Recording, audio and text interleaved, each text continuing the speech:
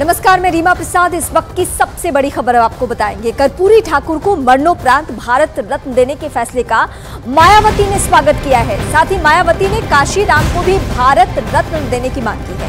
मायावती ने social media platform x पर लिखा, दलितों और उपेक्षितों को आत्मसम्मान के साथ जीने और उन्हें अपने पैरों पर खड़ा करने के लिए बीएसपी के जन्मदाता संस्थापक मान्यवर श्री काशीराम जी का योगदान ऐतिहासिक अविस्मरणीय है, जिन्हें करोड़ों लोगों की चाहत अनुसार भारत रत्न की उपाधि से सम्मानित करना जरूरी है। तो बिहार के बाद एक और राजनीतिक तौर पे जागरूक प्रदेश उत्तर प्रदेश, जहां की बड़ी लीडर है मायावती, उन्होंने बीएसपी के जो संस्थापक सदस्य हैं काशीराम, उनको लेकर एक बार फिर से आवाज उठाई है कि भारत रत्न उन्हें मिलना चाहिए। बिहार के पूर्व मुख्यमंत्री जननायक कर्पूरी ठाकुर को भारत रत्न देने के ऐलान के बाद बिहार में इसका श्रेय लेने की होड़ मच गई है। बिहार की सियासत में इसे लेकर सियासी पार्टियां आमने सामने आ चुकी हैं। कर्पूरी ठाकुर की 100वीं जयंती के मौके पर बिहार के तीनों प्रमुख सियासी दल रैली कर रहे हैं, जिसमें जेडीयू पटना के वेटनरी ग्राउंड में कर्पूरी ठाकुर पर कार्यक्रम आयोजित कर रही है, तो वहीं आरजेडी पटना के श्री कृष्ण मेमोरियल हॉल में एक समारोह आयोजित कर रही है। और बीजेपी की तरफ से पटना के मिरर स्कूल में कर्पूरी ठाकुर की 100वीं जयंती मनाई जा रही है। ये अलग अलग तस्वीरें हम आपको दिखा रहे हैं, जहां सैकड़ों की संख्या में अलग अलग पार्टियों की रैली में अलग अलग पार्टियों की तरफ से जो कार्यक्रम रखा गया है कर्पूरी ठाकुर को लेकर, उनके याद में आज के दिन ये सभी कार्यकर्ता जेडीयू के हों, बीजेपी के हों या फिर आरजेडी के हों, वो सभी अपने अपने पार्टी की तरफ से जो कार्यक्रम किए गए हैं उनमें पहुंच रहे हैं। कर्पूरी ठाकुर को आज सभी याद कर रहे हैं, सभी नमन कर रहे हैं, लेकिन ये भी सच है कि ये वोट बैंक की राजनीति भी है।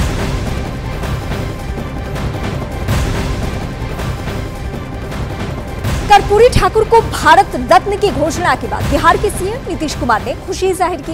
नीतीश कुमार ने कहा कि लंबे समय से इसकी मांग की जा रही थी।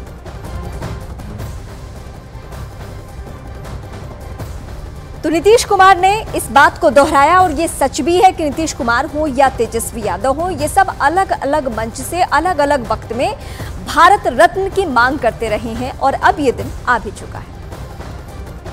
1917 नहीं, मतलब 2017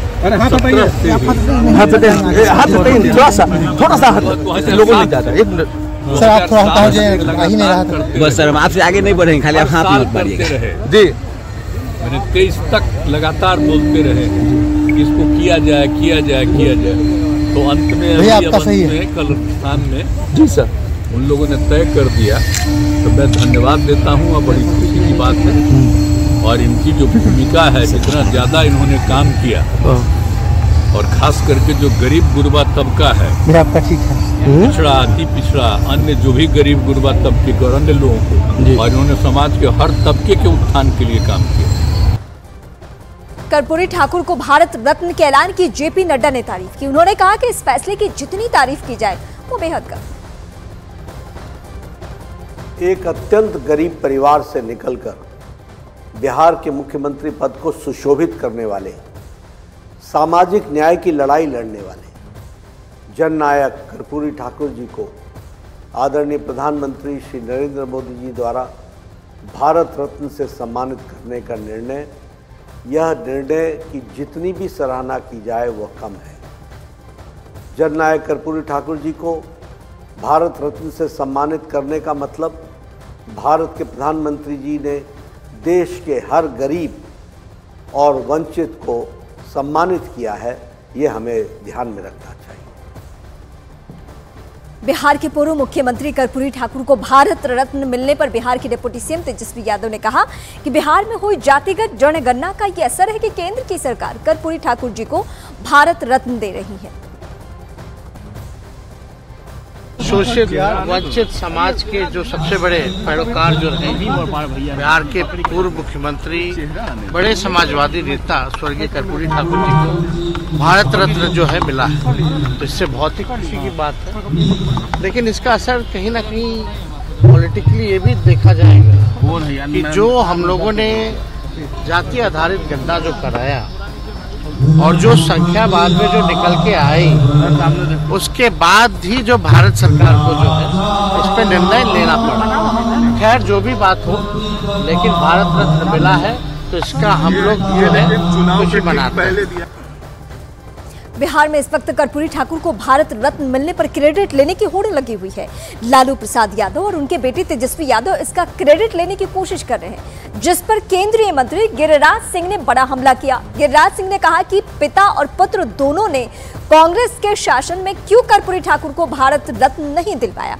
वहीं केंद्रीय गृह राज्य मंत्री नित्यानंद राय ने कहा कि इसका क्रेडिट केवल और केवल पीएम मोदी को ही जाता है। मोदी जी एक तरफ राम के प्राण प्रतिष्ठा में शामिल होकर के सनातन पुनर्जागरण का काम करते हैं, तो वहीं कर्पूरी जी को सम्मान दे करके वंचितों को सम्मान देते हैं। मूक जो समाज में वैसे वर्ग जिनको आवाज कर्पूरी जी ने दिया, कर्पूरी जी सामाजिक समरसता के प्रतीक थे, उनको सम्मान दिया। यानी समाज का सम्मान है, पिछड़ों का सम्मान है, दलितों का सम्मान है, वंचितों का सम्मान है, सामाजिक समरसता का सम्मान है। ये लोग कर्पूरी जी को बेच करके वोट लेने वाले हैं, लालू यादव और नीतीश को। जननायक कर्पूरी ठाकुर जी को भारत रत्न से सम्मानित किया गया है। यह उपलब्धि सिर्फ और सिर्फ भारत के कर्मयोगी प्रधानमंत्री आदरणीय नरेंद्र मोदी जी का है। यह श्रेय के अधिकार सिर्फ नरेंद्र मोदी जी को है, जिनके नेतृत्व वाली सरकार, केंद्र की सरकार ने यह निर्णय लिया है। तो कहा यह जा रहा है कि ये वोट बैंक की राजनीति का हिस्सा है। तो अब आपको बिहार में जातियों का गणित भी हम समझा देते हैं। देखिए, बिहार में पिछड़ा वर्ग की आबादी की अगर हम बात करें तो ये 27.12% है। वहीं अति पिछड़ा वर्ग की आबादी की बात करें तो 36.01% ये आबादी है। अनुसूचित जाति वर्ग की आबादी यहां पर 19.65% की है। तो वहीं अनुसूचित जनजाति वर्ग की आबादी 1.68% की है। और सामान्य वर्ग की हम बात करें तो बिहार में सामान्य वर्ग की आबादी 15.52% की है। कर्पूरी ठाकुर को भारत रत्न दिए जाने पर राहुल गांधी ने भी ट्वीट किया और कर्पूरी ठाकुर के बहाने बीजेपी पर हमला बोला। उन्होंने बीजेपी सरकार पर जातिगत जनगणना के आंकड़े छिपाने का आरोप लगाया और कहा कि जातिगत जनगणना से ही सामाजिक समानता आ सकती है और पिछड़ों और वंचितों के लिए काम किया जा सकता है और यही कर्पूरी ठाकुर को सच्ची श्रद्धांजलि होगी। राहुल गांधी की ट्वीट की ये बड़ी बातें हैं। यानी अब चाहे कांग्रेस पार्टी हो या फिर आरजेडी हो या जेडीयू, इनका कहना यह है, इनका दावा यह है कि जो बिहार में अभी हालिया दिनों में जातिगत जनगणना साझा की गई थी, वो सार्वजनिक जगह पे रखी गई थी, उसके प्रेशर में आके भारत रत्न कर्पूरी ठाकुर को दी गई है। ये एंगल देने की कोशिश इन तमाम पार्टियों की तरफ से